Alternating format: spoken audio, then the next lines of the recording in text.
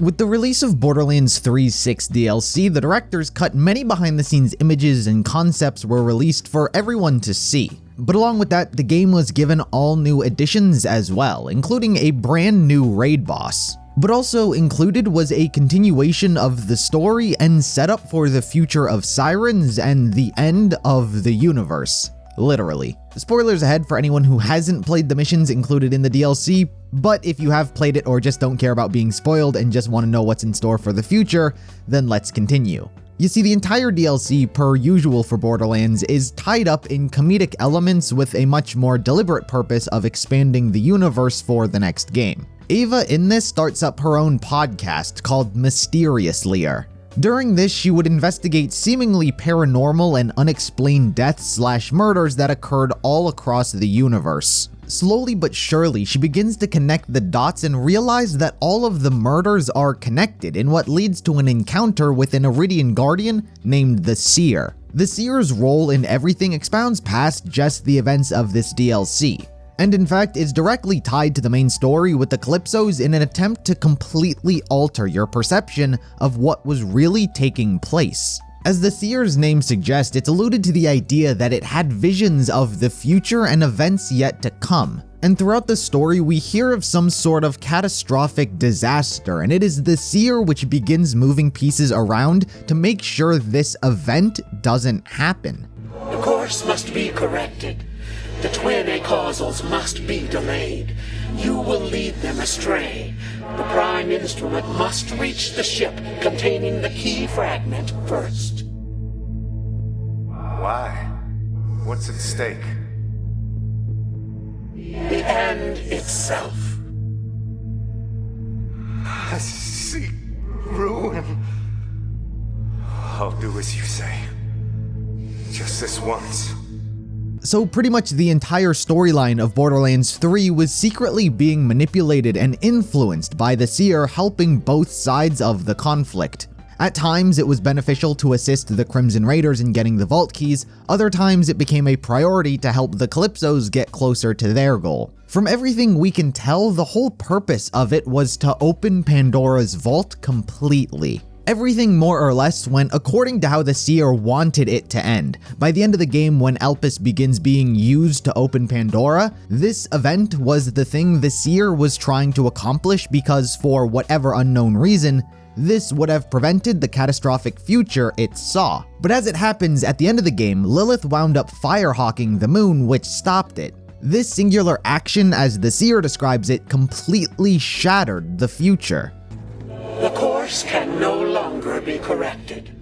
Though the twin acausal threat was eliminated, another acausal's actions have proven catastrophic.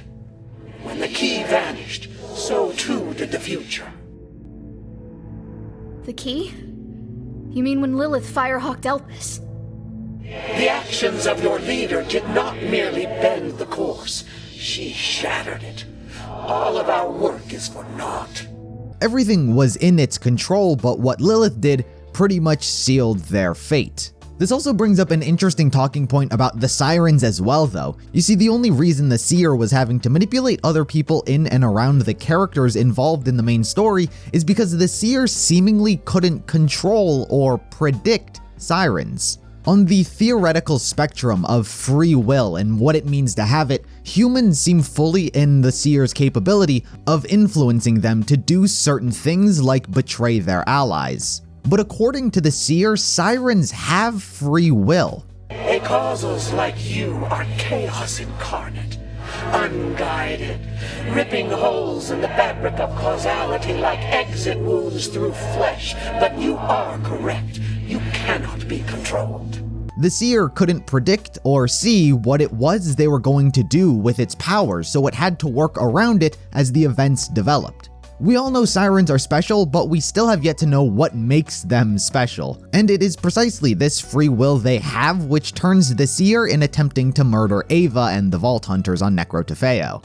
It saw their free will as a problem. Not that it was necessarily a problem for the Seer directly, but the Seer is trying to preserve fate. The Seer does obviously end up getting killed, but not before telling Ava that Lilith is still alive. Now, I've brought this up before, and many people have continued talking about this and wondering when it's going to pop up again, and that's the war the Watcher told us about in the pre-sequel. Now, before we go any further, we don't know for sure if this event the Seer saw was this supposed war. They never mention anything that alludes to it other than just some kind of universe-ending event. But this could very well be that event, because you can immediately call into question how the Watcher even knew that war was coming in the first place. The Watcher got its name due to always simply watching and observing. It has shown on multiple occasions the ability to predict or forewarn events from the future, but who's to say that the Watcher and Seer hadn't interacted before, and it was the Seer who informed the Watcher of what was to come. At the end of the day, the intelligent Guardians are their own individuals. They can act and think independently. The Watcher could have perhaps believed the Crimson Raiders could fight against this future, while the Seer believed it was best to simply adjust history to prevent it from ever happening. All I know is that this war has still yet to happen, and the prospect of Lilith having sealed their fate by shattering the future sounds like a sort of big event. But like I said, this is totally hypothetical for now. We'd only ever really know from a first-hand account by the Watcher itself if they ever decide to show up again. As you can tell, the purpose for these story missions were definitely to continue pushing forward the larger picture and set up for what's to come. Lilith is still out there, so we need to search for her. Some catastrophe is on its way, and it's thanks to the Crimson Raiders, and the Sirens are going to play an incredibly important role in this event. The pieces are getting moved slowly but surely. But for now, guys, that is what happened in the director's cut story and all of the implications that were held in it. Be sure to let me know what you guys thought of it in the comments below, and until next time, I'll see you in the next video.